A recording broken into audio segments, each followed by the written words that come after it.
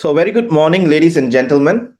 Today we have another exciting session of breakfast at UMHealth.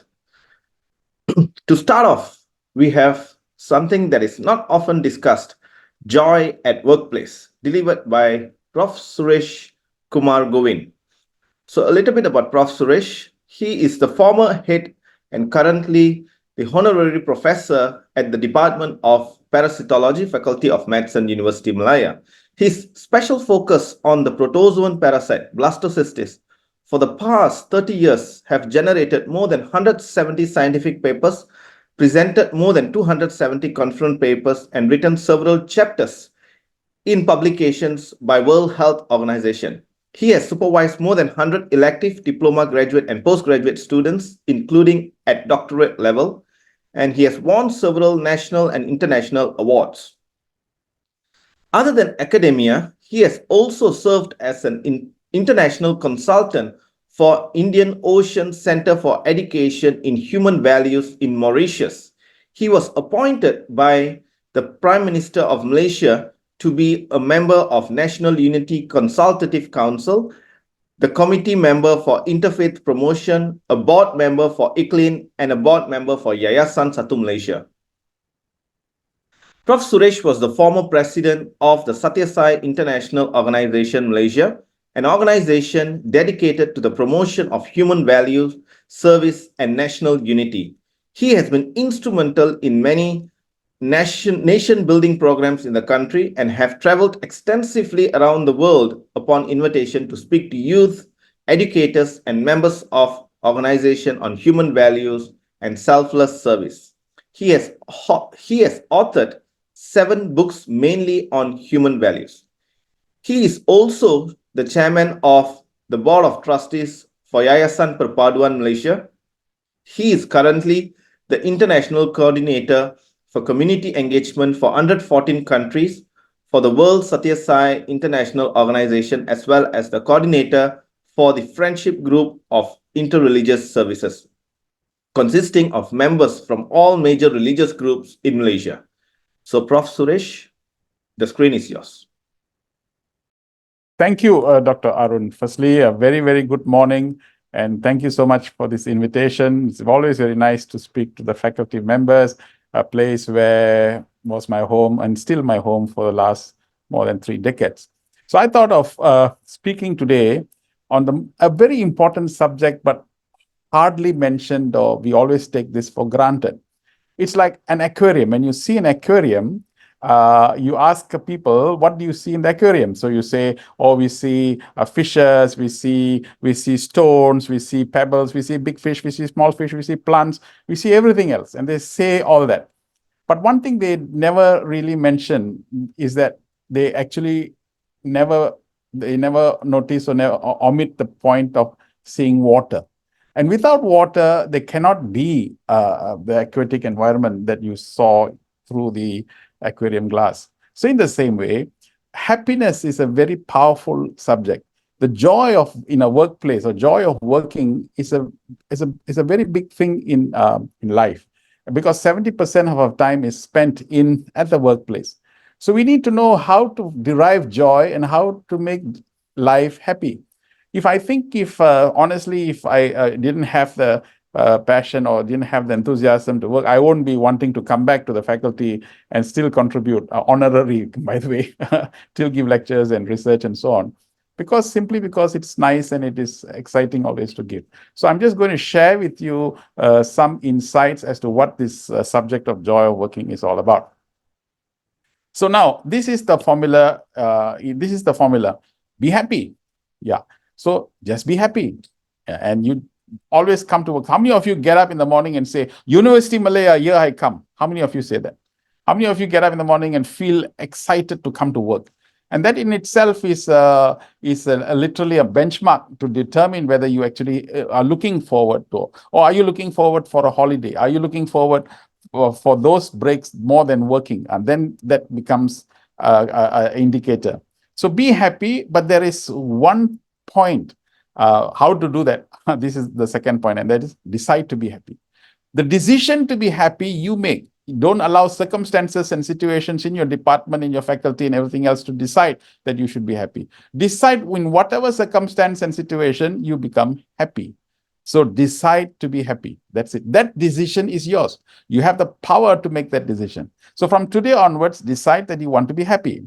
Now, look, you have an event and you may have a very suffocating family situation. You may have a very, very depressing departmental meeting, for example. You may have a suffocating KPI that you have not achieved. You may have research students that do not comply, or you have a whole load of things that is now suffocating you and making you unhappy. And your highs can actually focus on the problems, and then that becomes an overwhelming issue, and that can trigger you to be unhappy. But the key thing is that whatever circumstances that you're in is an event. How you respond to that event determines your happiness. How you respond to that event makes you decide to make you a happy person. Most people become victims of the circumstances. And when you become victims of the circumstances, your mind shifts and immediately becomes sad, depressed, angry, upset, and everything else that you know in the vocabulary. So the whole idea is that the training of the mind must always be that in every situation, in every circumstance, that how would you trigger and how you transform and how you change that and respond that I've decided to be happy, so I'm not going to allow that to affect me. So I interpret it in a different manner. So my dear friends, the key point here is that it is the way in which you interpret. And actually, literally, that is the essence of health, because body-mind complex, there are more than 10,000 publications there with leading to associating gut microbiome and everything else. But if you look at it, it's always related back to the mind. How is your mind functioning? And most of the diseases that comes from here is the ability for us not to have a contented, happy, peaceful mind. And if we can cultivate that and culture that, then you'll find a great chance for people to remain healthy. In fact, even in the spontaneous remission in cancer, it's willpower, it's the perseverance, it's a strong mind. It's always revert back to the mindset that helps you to do that.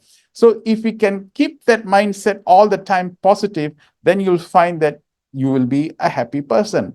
So happiness is not something that happens to you. It is something you choose. So that means I choose to be happy. So from today, if you want this 25 minutes or 20 minutes talk to be useful and is worthwhile subject, please remember from this moment onwards, decide and become happy. Decide. You choose to be happy. So don't come and say, oh, KPIs are very high, our faculty is very high, and keep on focusing on those little things. If I tell you that the KPIs are high and the work pressure is high, then imagine in countries where bombs have fallen and universities have blown up and they don't even have work to do. They are suffering. So when you go to that extreme end, you'll find that we are much better off. The day before yesterday, I received a call from USA when the person told me that the car was crashed and completely written off, and she's going through. So I said okay, look at the worst situation. The worst situation would have been that you may be calling me from the hospital where your leg is bandaged, there's a whole lot of repair work that needs to be done on your body, but that didn't happen. There's not a scratch. So look at the positive in every negative and turn the event into something, because you decide to choose.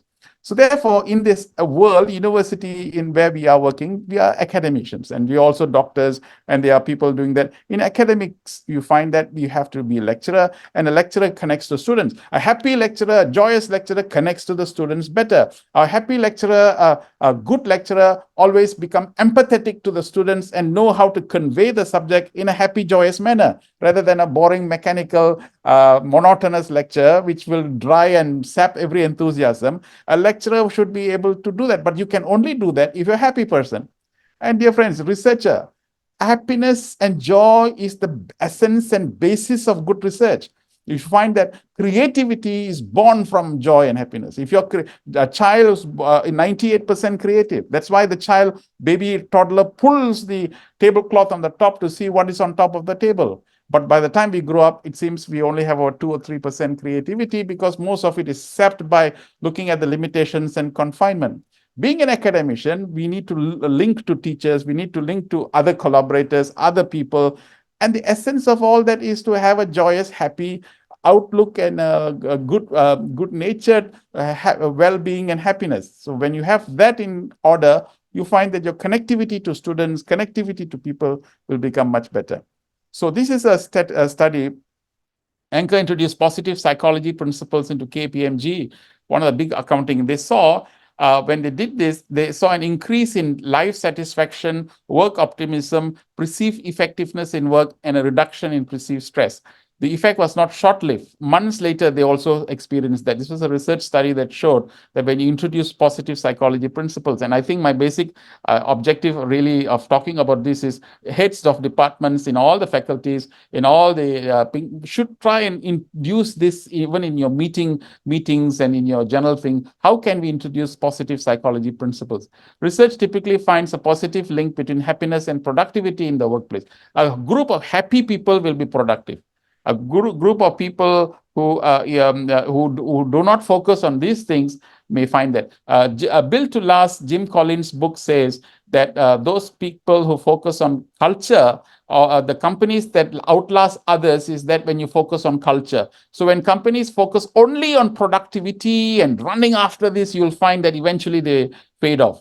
But the research showed that companies that focus on creating a positive culture even will achieve the productivity, but will become sustainable as well. Therefore, a happy employee is good for everyone. Their psychological and physical wellness is boosted. They interact better with customers and they're more productive for the employer. So this is not an esoteric science or esoteric subject. I'm just narrating to you that this is all evidence-based, but we sometimes take this for granted. We look at the fish, but never the water in the aquarium. So these are methods on how we can actually become joyous and find joy in work. You have to engage, number one, in physical activity. So every day there must be some amount of time that you dedicate for your exercises, physical exercises, because physical exercises increases your endorphins and increases your other abilities, and therefore you have a positive outcome. And if you people who don't focus on these things, you also will have a problem. So try not to take the lift, but go by the stairs, walk briskly, whatever it is.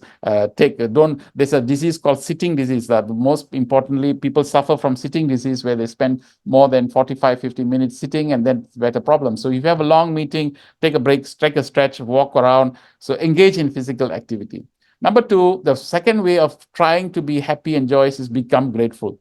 In fact, I like to suggest to all the departments, when you start your meeting, spend 15 minutes of the first meeting going around the table and asking everyone in the last 1 month when we had the previous meeting till now, what are the things that you are grateful for in the last 1 month? What are you grateful for? So if they start thinking, yes, I've been grateful. This person did this work. Thank you so much. That person did this. Or with the research thing came out. I'm so glad that I had a few research students who made that breakthrough. Went to lecture. I'm very grateful for my lecturer. So there are a lot of things that we can be grateful for. And what happens is that the department culture encourages the focus of attention to things that are positive. Then itself is the commencement of a good meeting, because you actually focus and you actually give priority towards creating a sustainable sustenance, so to speak, or based on that, where happiness can flourish and joy can be clear. A lot of good things can happen in a meeting when people are becoming more and more grateful for the things that they have.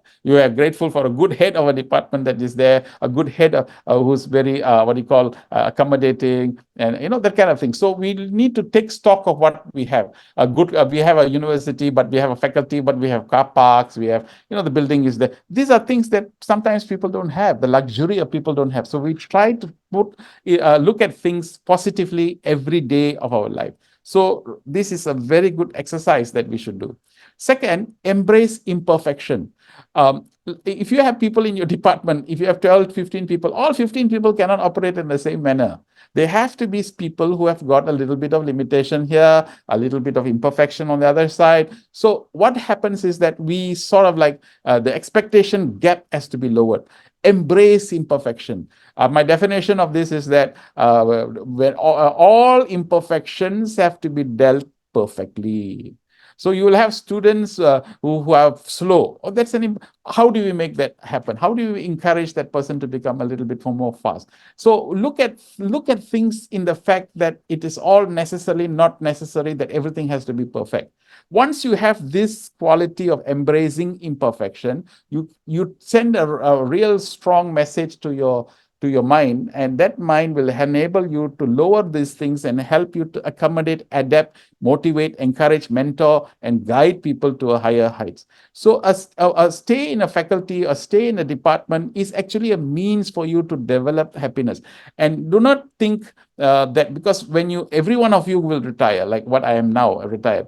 But when you retire now, the work is going to be taken away from you. You need to keep your mind positive, because most people, what happens after everything is taken away, they don't know how to continue the happiness. And that's a great problem, a real problem, because they've been so aggressively moving and suddenly it's taken away, and you will find a lot of issues that are coming out as a result of that. So embrace imperfection in your workplace, and therefore acceptance is the key word for happiness and joy in working. Acceptance. Accept people as they are, accept work, and then move towards trying to improve the situation. You start moving constructively.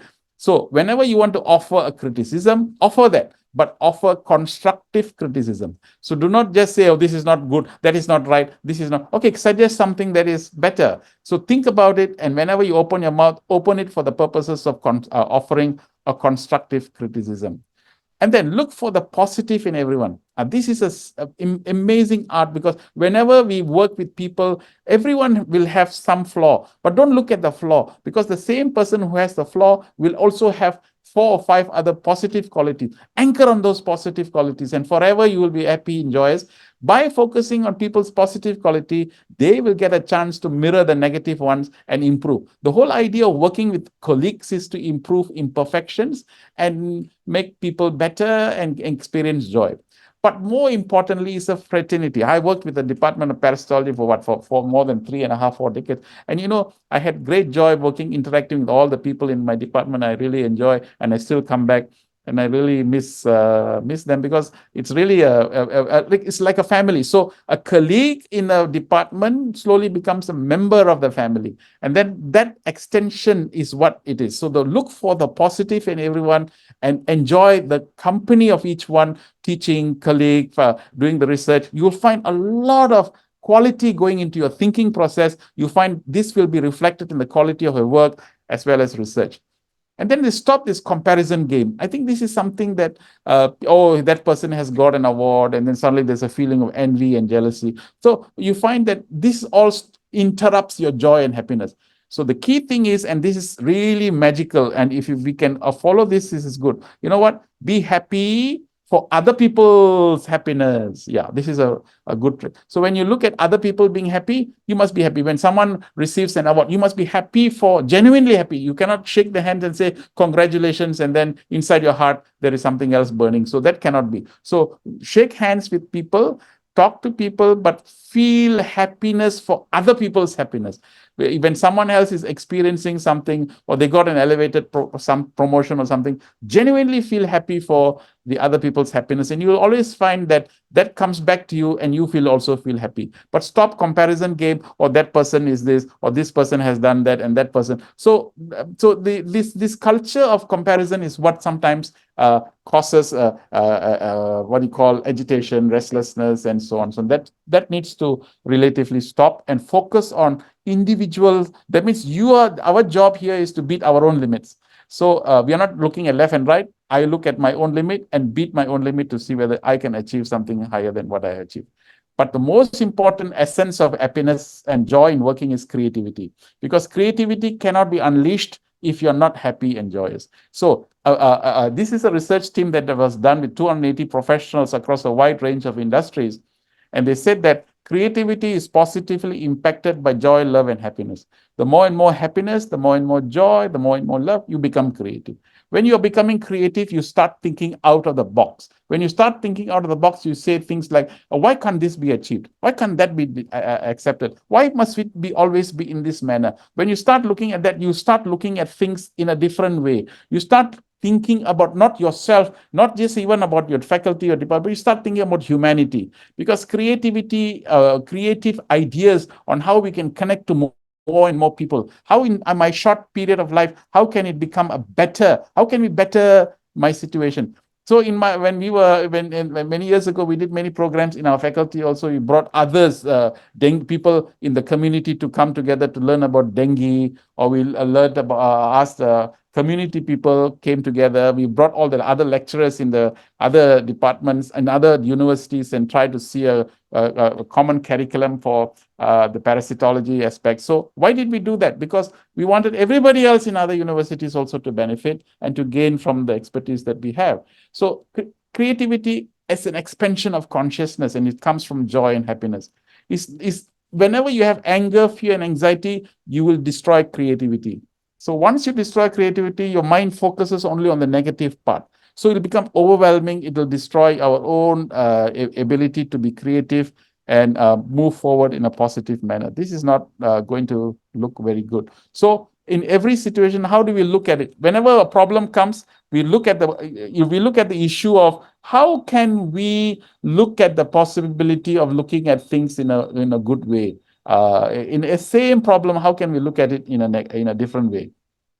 Breakthrough. Breakthrough is being happy today is more likely to result in a creative breakthrough tomorrow. These are all, words that is not just words that was taken from books. It's from actual studies people have done. That if you want a breakthrough for tomorrow, it's the fraternity of people coming together and joyously laughing, and then suddenly you'll find a spark coming out. And this is how even the biggest discoveries were made. It is through discussions, through joy, through a great experience of happiness. That's when we can see a breakthrough happening. So this is where good ideas starts to come in and starts to blossom in individuals that are happy and have joy in working. When employers are excited about their work, they are more likely to be happy. Look for things. Don't come to work and look for things that are depressing or sad, or look at the things, but look at things that what is the most positive thing in that department that you go. When you go into a class, imagine that. Don't think of the passing the knob, but think of the fact that you're now touching 180 people's lives in the classroom. That is the kind of exuberance that a lecturer can have, and that will be infectious. And you'll find that along with your content, with you convey this, then you'll find that more people will be benefited from this. Happiness and creativity create a positive cycle. One feeds and fuels the other. Because we are dealing with parasites. The thing is, sometimes in life, we ourselves should not become parasitic. Parasitic means you come to work and then you just wait for time, and then the time passes and goes. So you become parasitic now. You're already living on something. You're not giving out some. So all the time, the feeling must be that we should be continuously in a giving mode. Once we are in the giving mode, you find happiness and creativity coming in. You always will look for collaborations. You will look. It's a positive cycle, and that positive cycle continues to be infectious. And that will carry forward. And you'll always find that when you're vibrating with that energy, others will come to collaborate with you. Others will come to help you. And you find that your journey towards your final goal will be much easier and faster. So this is what I wanted to convey to you, that happiness and joy is really, really something that is something that must be cultivated and must be really encouraged in a department. So look at the meeting now. So I will always say that what is the index of a meeting? The index of a meeting is this. So once I was asked to do some consultancy for a bank. And so when I went to the bank and I asked them, do your bank manager meets your officers? He says, yes, every day we meet the bank. And that bank branch was red color. That means the productivity was very low. So I said, what do you normally discuss? And they said, yesterday's profit and tomorrow's what's going to happen. So it's always on 30 minutes they spend on planning the whole day. So that's all the meeting was supposed to be. So I said, do you think that people will be excited to come for a meeting? Then they clearly said, no, we just have to do it as a ritual. So when we do things like a ritual and we are forced to do things are not going to come. So I told them to change that and ask the bank manager to do things that are different. So they started to do things that are really different, and the officers really felt that there were new things that were coming in. This guy played Ramli Sarip's song in the morning, 10 minutes, and they translated that song and equated that to something more beneficial. So people started to see the meeting as an opportunity to learn. Very soon, the bank from red went to green, and people were more and more contributory, more and more positive. And that was really something good. So in your own meetings now, look back and see when you have those meetings, what kind of positive cycle can you encourage, what kind of new ideas that can be born, what kind of expression of gratitude can you be, change the format of your meeting a little bit, and you'll find a tremendous amount of energy coming in and people coming out laughing and joyously, and there's a whole lot of atmosphere, and that is the beginning seed of the joy of finding joy and happiness at the workplace. Thank you. Thanks a lot, Prof. Suresh. That was an eye-opening talk, eye-opening 20 minutes. And I believe many of us who are here would have benefited, would have made our day today. So we have two questions for you, if you would like to take up quickly. The first question, Prof, is from an anonymous attendee. How can we avoid feeling like it's our own fault for not choosing happiness or joy, when often the choice isn't as easy as it seems? Yeah. So it's two things that we do. Everything that you can control, everything that you can influence. So the point of the story is that a decision that you make, you see the outcome of that decision.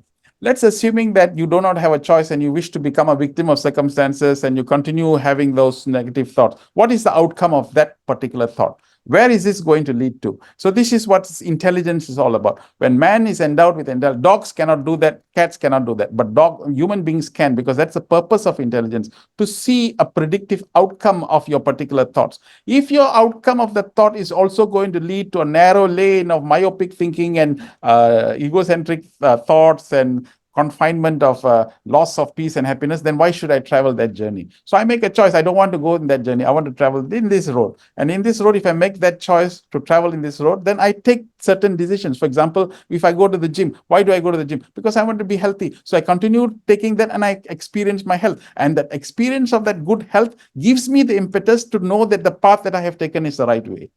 So you need to evaluate and assess what is the outcome of maintaining your thoughts in that manner to see the result of that. And if you enjoy the results, carry on. But if that result is not what you want, we have to make a choice and change.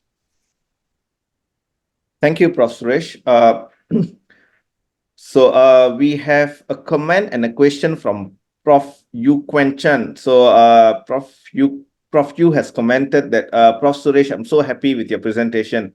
You have positively impacted my day. And she's also posted a question that I notice happiness and joy has been used interchangeably. Is there a difference between the two? Yeah, it's actually associated and linked, because out of happiness, a lot of other expressions can come in. Enthusiasm can come in, exuberance can come in. This is the mother of it all. So how do you do this? So when I go to a lecture, for the last 30 years, I've done this. When I go to a lecture, I'm very sympathetic to my students, because they are sitting there monotonously absorbing every lecturer who comes to download on them. Okay, 1 hour he finishes, and then another lecturer comes in. So I imagine sitting with them, sitting as a student.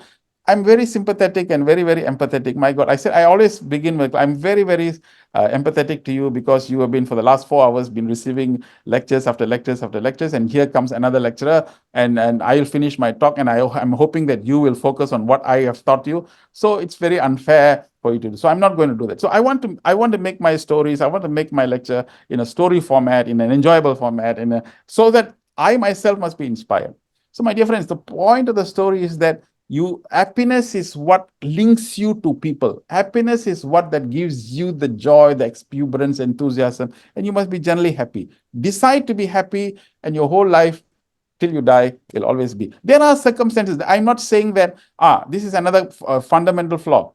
Listen, in life, when we go through, there will be sadness, there will be disappointment. Your boss might be shouting at you, there might be something that happens, but fall if you want to fall, but fall like a ball. That means you prepare to get bounced back, but don't fall like a brick where you fall down and continue to keep your sadness and go on for weeks like that. That is not the way to do it. Fall, but fall like a ball. Fall, boom, and bounce back again. Okay, that's it. That's it. So this is how the attitude should be. If you have this attitude, your students, and by the way, why this is so critical, because the students today need our help. They really require our mentoring, guidance. Do not think that just going to the lecture and giving a lecture is good enough. We have to become a mentor. We have to guide them. Many of them require help, mental well-being help. And lecturers like ourselves have that dual duty to also provide a hand or shoulder to make sure that they also cross this turbulent period. So thanks a lot, Prof. That was again enlightening us. So I think it is time now we have to pass it over to the next moderator. So thanks a lot, Prof. Suresh, for your time and for the talk that you have delivered. So without further ado, I will pass it over to the next moderator. Thank you.